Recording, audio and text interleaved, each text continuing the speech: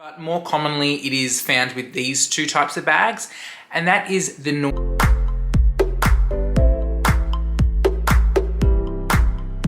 Hey everyone, my name's Connor and welcome to my channel, The Closet. If it's your first time here, on my channel I like to talk about all things luxury, so if that's something you're interested in, I would love it if you could hit the subscribe button and the bell button so you're notified every time I upload new content. And if you're returning, welcome back to my channel. In today's video, I'm going to be talking about some common bag flaws that aren't recalls, they're not manufacturing faults, these are just characteristics of certain bags that happen to annoy me, and I'm sure they annoy other people. So let's just get straight into it. So to start it off, I'm going to be talking about this common fault with no other than the Hermes Birkin. You're probably thinking, well, yes, it comes with faults. This expensive bag that costs the price of organs does have some faults, and one of the main faults it has is, now, and also side note, this is not on every single Birkin, and it is more prevalent with softer leather Birkins or mistreated Birkins. I know, there is actually a charity set up for mistreated Birkins, and I'm kidding. So basically, on the inside of a Birkin, for those who aren't familiar, there is a zip pocket on the back of the bag, and then there is a slip pocket on the front of the bag. If you choose to not use an organizer in your bag and you stuff it full of items, basically the items will push onto either the front pocket or the back pocket or both. And over time, all that pushing creates an imprint from the pocket on the front or back of the bag. If the bag is smaller, it actually does something where the outline becomes so prevalent that the bottom of where the pocket would be on the outside gets pushed under. And I know I don't even know if that makes any sense, but I'll pop a photo up so you know exactly what I'm talking about. And then on the back of the bag, you will see the outline, and then where the zipper pull is, that part, you can see like a little circle.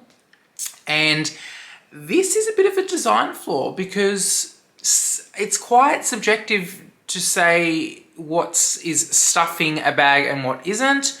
And people may not be aware of that or whatever it may be. So I'm calling this one a bit of a design fault, a bit of a design flaw, to be honest. And I know I'm not the only one who's noticed this, and I've actually had clients who've purchased Birkins off me through my business Conrad's Closet before, and they've said, oh, does this have any pocket outlines, etc. So definitely is a common design flaw, and just because the bag costs so much money, it does not mean it is exempt from that. Next on the list is the Chanel wallet on chain, or WOC, and this bag is no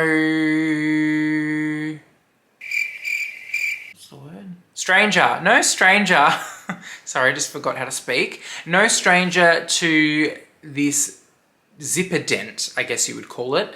And it's more prevalent on the lambskin bags, but basically the Chanel WOC has a zipper on the inside of the bag, and when you close the flap, that zipper dents the bag. Like, how annoying. So when you open the bag, it's the first thing you see. Now, I believe Chanel have actually changed with the WOC from the old press stud closure to a magnetic closure, and this apparently, now, I'm no Chanel detective, but apparently, allegedly, whatever you want to say, this has rectified the issue, but I may or may not have been privy to some information that this is not the case, because there has still been denting issues on Chanel bags with the new magnetic closure. And I rest my case on that. Do your own research, but nah, in all seriousness, apparently even with the new magnetic closure, there's still that zip dent thing. Chanel do give a felt, like a felt liner thing, so when the bag is being stored, you can put that on, and when you close the bag, the zip is then not in direct contact with the other part of the bag.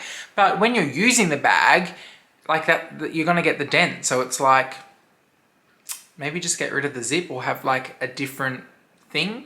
Also, they have changed the zipper pull, and so it's not the old traditional style, it's a bit different, but contact to contact, there's always going to be, unfortunately, that indentation to some degree.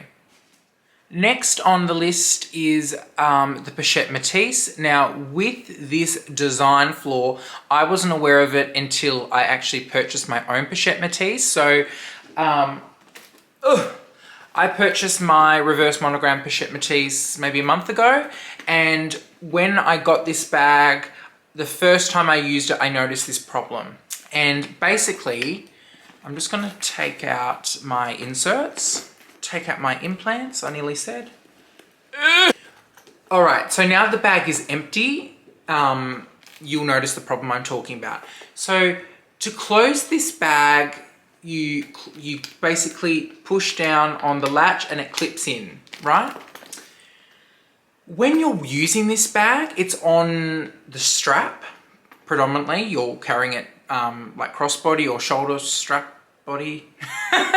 And when you're doing that, this latch doesn't make the best contact, and maybe it's better to do it on this angle. The latch and the holder thing don't make contact. You almost have to go like that to clip it in.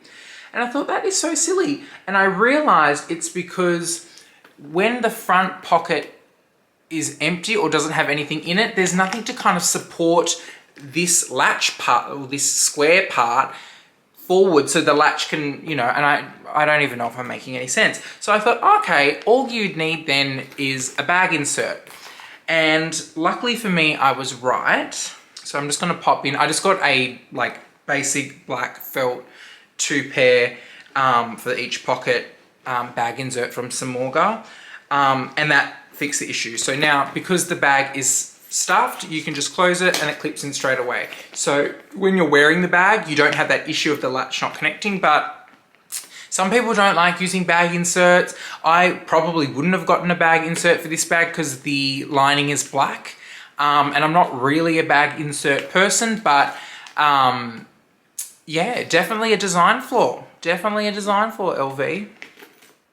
The next common flaw on the list is with the Chanel jumbo bag and Chanel boy bag, and this flaw is not subject just to those two bags. It could really be applied to any chain strap bag, but more commonly it is found with these two types of bags, and that is the noisy chain on it. And I think it's something to do with the way the bag loops, well, more specifically on the boy bag, the way the bag loops through the two little notches and it kind of goes around like that. And I think just because the chain generally on that bag is a little bit more chunkier, and it just makes this jingy, jangy, clinky, clanky noise. I know, I'm a literacy genius. Clinky, clanky. But if you have owned one of those bags, or if you know someone who does own one of those bags, you will know that that noise either bothers some or it bothers others. Now, me personally, I'm a bit of a, what's that thing where you like noises? Wait, let me Google it. It's like, what is it? ASMR. I was going to say something completely different, and the one I was thinking of was inappropriate. Yeah, that ASMR, you know, you like sounds, you like the noise of like the spray bottle and all of that. Some people love that noise, but I know equally some people hate any repetitive noise regardless of what it sounds like. So that is definitely a bit of a flaw. I'm going to have to put that on the flaw list, because if it annoys a lot of people, then it's a flaw. Next on my flaws list is with the Louis Vuitton Speedy. Now, I don't know if this is something that is with all size Speedies, but I've noticed it on my Speedy 35. So I don't know if that's just because it's a bigger size bag or what, but it similarly, if I could speak, to what I was talking about with the Hermes pocket bat, with the pockets on the Hermes Birkin, it kind of, on the Speedy, you get the same thing. And it is, let me just get it so you can see. Because the way the bag has the pockets, you get almost this like bubbly dent. And it, yeah, more so you see it there. And it's because on the inside, the pocket starts. So on both ends, you kind of get this weird mark And it's kind of here as well. It's like a dent. And I know you're probably thinking, get over it. But sometimes when I'm really bored, I will see it and I'll think, what is that? So it's a bit of a design flaw. And I notice this kind of a lot with other bags when they have internal pockets. They don't think about like what it's gonna look like on the other side. And like, to be quite honest, I am never, ever using this flat pocket for anything. I don't use internal pockets with bags. So that is a bag flaw on the list. Submit it to the court, bag flaw. The next kind of flaw is something that is on most silk scarves and twillies and just normal scarves. And that is this tag. Now, I know that, you know, care tags, material tags, composition tags, whatever, need to come with the item so you know it's dry clean only, you know it's made of this, made of that.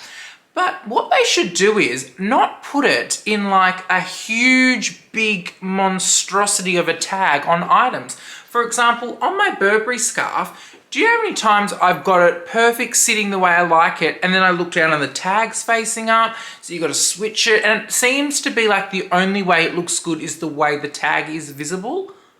What a design flaw. So what they probably should do is maybe have a tiny, tiny, tiny little tag that's maybe 1/10, and then it can just come with a separate care tag that is not attached to the item. Does anyone else, like, does that annoy anyone else, or is it just me? The tag just irritates me, and it is definitely 110% a design flaw. Thanks so much for watching my video, guys, on bag flaws. If there is something that I have missed, or there's something that bugs you just as equally as the things that annoy me, pop them down in the comments below and we can just... misery loves company. Thanks so much for watching, guys, and I'll see you next time.